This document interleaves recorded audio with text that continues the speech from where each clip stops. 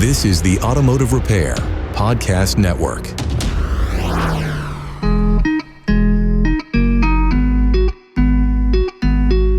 Welcome to another episode of Speak Up Effective Communication, the show on the Automotive Repair Podcast Network focused on our communication and leadership skills, specifically elevating those skills. I'm your host, Craig O'Neill, and in our episode today, we're continuing our series on the Toastmasters tips for public speaking. It's really for all communication, in my opinion. We're on tip number 7, and this one I fully agree with. It is a great tip, and I think it's absolutely critical. And it is realize that people want you to succeed. I love it. And that is a principle that I do think has the power to change how you walk into every room, every conversation, every client interaction. Just realize that people want you to succeed. And if you don't feel that with the people that you're around, they might not be your people and you need to go find them. So let's get into it. We have the word of the day today, and that word is reciprocity.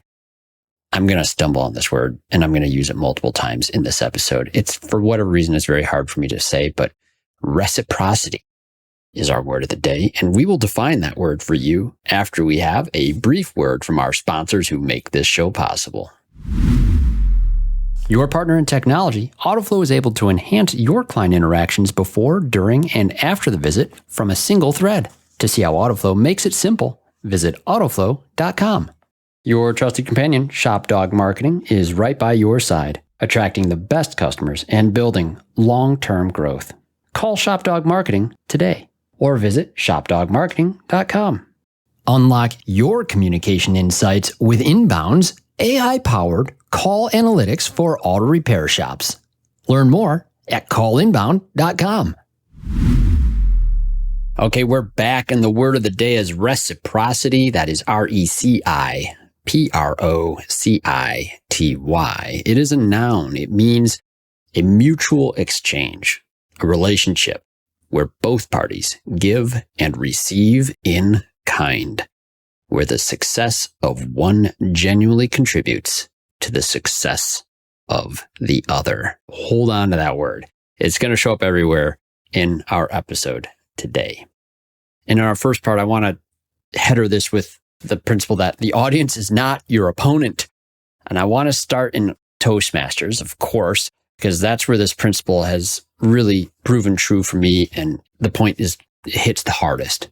There's something that happens in a strong weekly Toastmasters club that I don't think people outside of it would ever expect to find, and fail to perhaps have the motivation to even check out Toastmasters because of their failure to anticipate this. It's not just a place where people practice speeches. It is a place where two very specific and very demanding things are asked of everyone in the room simultaneously. The speaker has to make a difficult move. They have to genuinely believe that they have something worth offering. And that is not easy for a lot of people. Standing up in front of a group claiming that your words deserve someone's attention feels almost arrogant. It feels presumptuous. And so the tendency is to shrink. And they apologize for their posture before they've even said a word. They learn to walk up to that lectern with this conviction, a lack of conviction that they have something that really matters. You need to learn to walk up to the lectern with a conviction that what you're bringing matters. That's actual work. So the speaker has something to do, but here's what I find also really quite remarkable. The audience has a job too. In a strong club, the people sitting in those chairs don't take a passive role. In fact, many of them have active roles that we've discussed, but they're practicing listening, curiosity, caring, and they're learning how to be really a good audience, which is its own skill, and one I think that it really doesn't get enough credit. But in the end, with each speech, they provide a glow and a grow. It's specific, it's structured feedback from their unique perspective, and it's designed to affirm but still help stretch and improve the people that they're giving the feedback to. And it's just things to build up on. It's building people up. It's not tearing them down. It is truly to lift people up. In fact, I did a speech in my home club this week. And as a speaker, I get to have, and I'm holding up, for those of you watching on YouTube, I'm holding up a stack of Grow and Glow slips. They're handwritten in our club because we meet in person. And I haven't gone through all these yet for my speech. I'm going to preface this because we're going to go through these shortly. It's going to be a lot of fun. You're going to get to hear what these things feel like. Just to give you some heads up, I put my speech together very quickly for that particular meeting, and it was a long subject that I had to try to cram into a 7-minute speech, and it was too much information, and I'm pretty sure most of this feedback is going to have something to do with probably some need to pause, probably some stuff about going too fast, probably had too many slides for what I was actually speaking on. Not my finest speech. That's okay. It's a practice environment, so that's all right. But I'm going to hit several of these. We'll go one at a time. I'm not going to say who they were from, but it always does. This one's not labeled anyway, so I don't know who this one's from. But you can just see just small handwritten note in there, sometimes just 1 line or 2 lines on each thing. It always starts with a glow on the top and a grow on the bottom. This one, the glow said, quite informative. The grow was, the tangents could be a little shorter. All right. That's probably very true. I go into some tangents that I don't plan sometimes, and that does eat some time. It's good advice. This one's good. Compliments on the volume level, perfect, comfortable on stage, good movement on stage, great body language. The grow was pause. Lots of info, went too fast, stop, breathe. I know you only had 7 minutes, just too fast. Do it. Lots of info, just too fast. Slides, lots of text, too much text. Interesting. I thought they were a little light on text, but that's why these perspectives are really helpful. This one's good. Wow, amazing organization, great energy, great articulation. The grow was talked a little too fast, but that was a lot to cover. Yeah, that's probably going to be in every one of these things. This one said, positive was confidence, clarity of speech, humor, very present, good use of space, good hand gestures, smile, overall, amazing. The grow was maybe slight less fast movement. Yeah. This one only has a glow. This is interesting. All right. I have opinions on this, right? Very attention-grabbing opening statistic. I loved how you weaved the personal story and anecdotes through the fact-filled slides. Felt like a compelling conversation. Good call to action at the end. That was very kind. But there's no glow. A lot of newer members at the meeting that night. And I know that it is sometimes painful to offer a piece of critical feedback. Very interesting, but it's proving our point today too. So this is good. I'll go through some more. Love the enthusiasm. Very interesting. Much needed in Grand Rapids. I was talking about a charity thing that we're hoping to get going. There's a grow blank. Blank on the grow. I need the grows. Great personality, great humor. I couldn't see the screen. Rushed on time in the end. Couldn't see the screen. That's interesting. It's a smaller screen in that room. I don't love the screen either. Usually it's a much larger spot. Enthusiastic. Nice puns. Yes. Oh, they complimented the puns. I am feeling the love now. Loved the vehicle puns and humor. Good. Great personal stories tied to the speech. A little fast, but I know because you were so enthusiastic. Not the only reason I was fast. I just need to do better truncated speeches. Oh, wow. This one's really got some good stuff. I heard a well thought out speech delivered with confidence and poise. I found the topic interesting and you sounded authentically passionate about delivering on the mission. Smiled throughout and good excitement with humor. The school slip was effective for me. Grow was way, and that's with like 5 A's and 4 Y's, too fast. Less is more. I found it very difficult to hang on to your message at times. There were lots of specific names, locations, and I wasn't sure which ones I would need to remember. That's really good feedback. It's also a veteran member of the club that I know. Really, really, really valuable. That stuff's solid gold. Grow, confident speaking, stage movement was good, clear voice, a lot of slides, speed and talking was very fast. Wow. No grow on this one, but energetic, passionate. PowerPoint was balanced with the speech. This one's got some more on the grows. Nice. Great project. And love this was the grow. A little too fast, but no, you had a lot to cover. Went over time. Maybe I can't read the other grow. I think it's something about shortening the info on the presentation. That's the trouble when you have some handwritten notes sometimes. Another grow with no glow. Very well done. Energy was amazing. Absent of the name. Those newer members, got to really get it out of them sometimes to give the grows. This one's got some good ones. Here we go. Love the presentation and the purpose behind it. Talked a bit fast at the beginning, but slowed down towards the end. That's encouraging. I would suggest having some pregnant pauses throughout. Technical term, folks. We can discuss that in another episode. Very informative. Loved the PowerPoint. Slow down. Talked very fast. Man. Passion. On topic. Didn't ramble. Oops, now you're rambling. Wow, see, yeah, that's funny. I love this. Started rambling in the middle, I think. Presentation slides look great. Love the timeline. So many sentences without periods and pauses. If anything needs slowed down, first sentence that you open with was too fast. Couldn't take it all in. Put the form letter on the presentation. I had a prop that I used that I had in my pocket. They wanted to see it on a slide. That's good feedback. Rapid pace. That's written in the road. Nice vulnerability. Very inspiring. Loved my energy, and it's a lot of really small written cursive. Yeah, hard to read. Shoot, I can read cursive, just not all of it. Felt slides were complimentary. Good. Great story and cause. A lot of info to pack in, but thought you hit the important pieces. And they used a pun in there. Great cause and drive, they said. And that was a pun because we were talking about car stuff. And so they have an arrow drawing on this one. Seeing what they did, they're drawing attention to their pun and their slip. That's love right there. Great topic and enthusiasm. Nice PowerPoint to compliment. Good gestures. Too much info in the time. It's time for today's Suck Less Spotlight from AutoFlow. Today's spotlight is on advisor eye twitches. Listen. Clients like to stay informed throughout the repair process, and studies indicate clients are most satisfied receiving text updates versus phone calls. But call you they will, interrupting everything from estimating to quality conversations and your game of solitaire. That is, unless you text them first using AutoFlow. With AutoFlow's automated text updates, your phone only rings for the right reasons. That way, with less phone interruptions, your eye twitch will definitely suck less. For this and more things that could suck less, visit AutoFlow.com.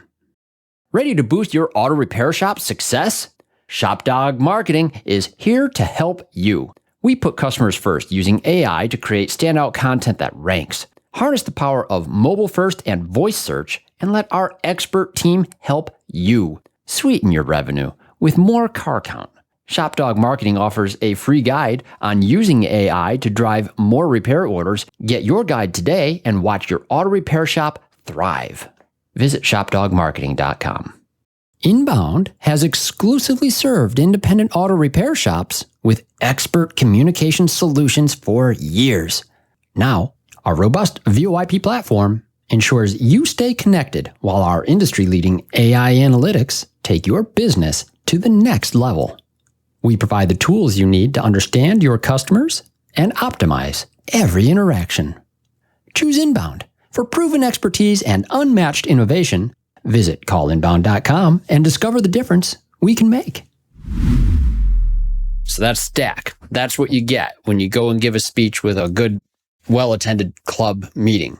Did you hear anything on there that seemed resentful or was in any way mean, harsh, bad? At all? I didn't. Well, there was the one I had a hard time reading. Maybe, no.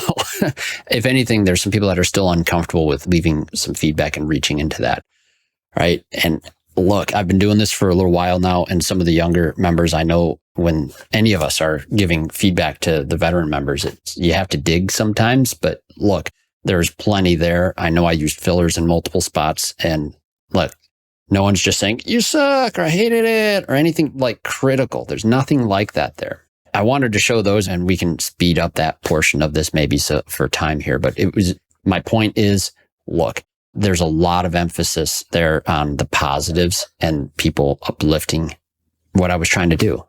So again, this is a Toastmaster meeting structure thing, and it matters because the goodwill is quite explicit there. The speaker doesn't have to wonder whether the feedback's coming from a good place. Everybody in the club generally is in a good place. We know that, and we get up there and we do what we do expecting, and there's a high degree of trust that we're going to receive things that will be beneficial for us.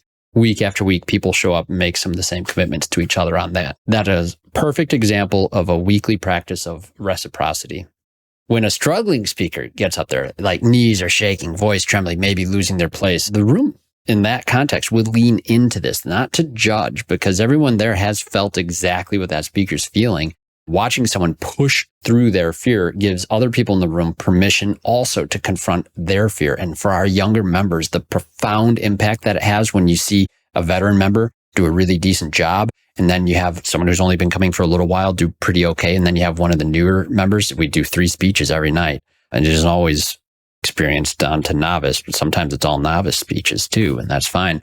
Those are some of the most encouraging for the other people that get up with that thing. Okay, they did it, I can do it too, and it's powerful. Goodwill, I want to stress this, it can also be tapped into, hijacked, and betrayed.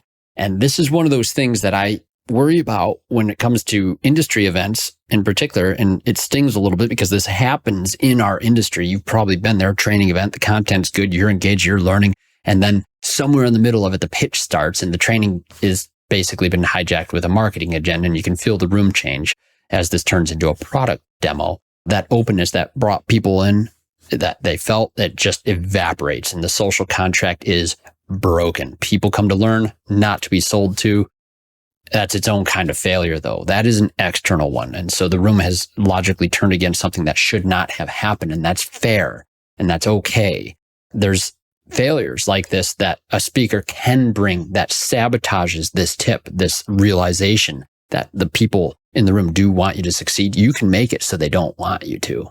But that would be something that you bring into a situation that normally isn't going to be there. And I believe this is exactly where Dale Carnegie training really kicks in with it. We've mentioned it before multiple times. There's the 3C communication. Dale Carnegie suggests warning against criticism, complaining, or condemnation. If the content of your speech is built on those things, you may sense that the audience is not with you, and they may not be, because the people can feel when a message isn't oriented toward their benefit, if it's really just a grievance or something else dressed up as a presentation. Think about famous speeches in the world. Martin Luther King Jr. stood before a crowd with every legitimate reason to condemn the injustices. And the time were very real. The pain was documented. The cause was righteous. And he chose vision over condemnation in his I Have a Dream speech. The audience didn't just receive that speech. They were really uplifted by it. And then you have guys like Theodore Roosevelt, put it plainly in his famous Man in the Arena speech. It's quoted many times. This is delivered in Sorbonne in Paris in 1910. He said, "It is not the critic who counts, not the man who points out how the strong man stumbles or where the doer of deeds could have done them better. The credit belongs to the man who is actually in the arena, whose face is marred by dust, by sweat and blood, who strives valiantly, who errs, who comes short again and again, but who does actually strive to do the deeds." So that speech was given, he was a former president. He had just gotten back from an African safari. He's watching his hand-picked successor drift away from everything he built. He had every reason to be bitter. He had every reason to complain. Instead, he went and delivered one of the most enduring speeches in American history about the virtue of striving. And in 1912, he got back in the arena himself, ran as a third-party candidate. He got shot during the campaign trail at a stop in Milwaukee, and he finished his scheduled speech anyway, bleeding, before he went to the hospital. Although he did lose to Woodrow Wilson, he did beat Taft, who was his chief opponent there, and finished second, 27% of the vote. It was the strongest third-party performance in American history. That quote's been carried on by presidents, athletes, leaders for over 100 years. And I think it applies directly here because the person leading with criticism, complaining, and condemnation, they're not in the arena. The service advisor who walks up to that client with confidence in what they're recommending, that person is, right? People who are doing the job. I feel like this principle holds. And where I'm really going with this, right, is you don't launch into some sort of a spiel that is going to tear down the people you're speaking to and get to keep the goodwill of where they want you to succeed. Should be clear. It's not always clear to everyone. And comedians are the best at being able to make criticism in a humorous way that gets people laughing at themselves. That is its own art form. But that's the tip for today. Realize that people want you to succeed. It's not a naive affirmation. It's an observable truth in Toastmaster rooms, in the feedback slips that you just heard, in every room where someone shows up genuinely trying to offer something good. And today's word, reciprocity, that's the architecture underneath all of it. The audience needs something from you. You need something from them. When that exchange is honest and mutual, everybody wins. Hey, if you have something to add or something you're curious about, something you'd like to talk about on the show or just in my inbox, email me here, speakup@CraigO'Neill.net. That's ONEILL and O'Neill. Speakup@CraigO'Neill.net. We appreciate hearing from you on anything that helps or suggestions on topics you'd like to hear us discuss on the show that will help you on your communication journey. Remember also to listen up on the app. Download that from Apple or the Google Play Store. It's the Automotive Repair Podcast app from the Automotive Repair Podcast Network, and listen to the other shows on that app. We have Remarkable Results Radio with Carm Capriato, Diagnosing the Aftermarket A through Z with Matt Fonslow, Business by the Numbers with Hunt Demarest, the Auto Repair Marketing Podcast with Brian and Kim Walker, the Weekly Blitz with Coach Chris Cotton. And once again, thank you so much to our sponsors for making this show possible, that we can bring these topics to you, our loyal listening audience. Thank you for joining us. Now get out there, listen up, speak up, and realize that people want you to succeed. You've been listening to Speak Up, Effective Communication with Craig O'Neill on the Automotive Repair Podcast Network. Download our exclusive podcast app at automotiverepairpodcastnetwork.com, because the best conversations in the industry start here.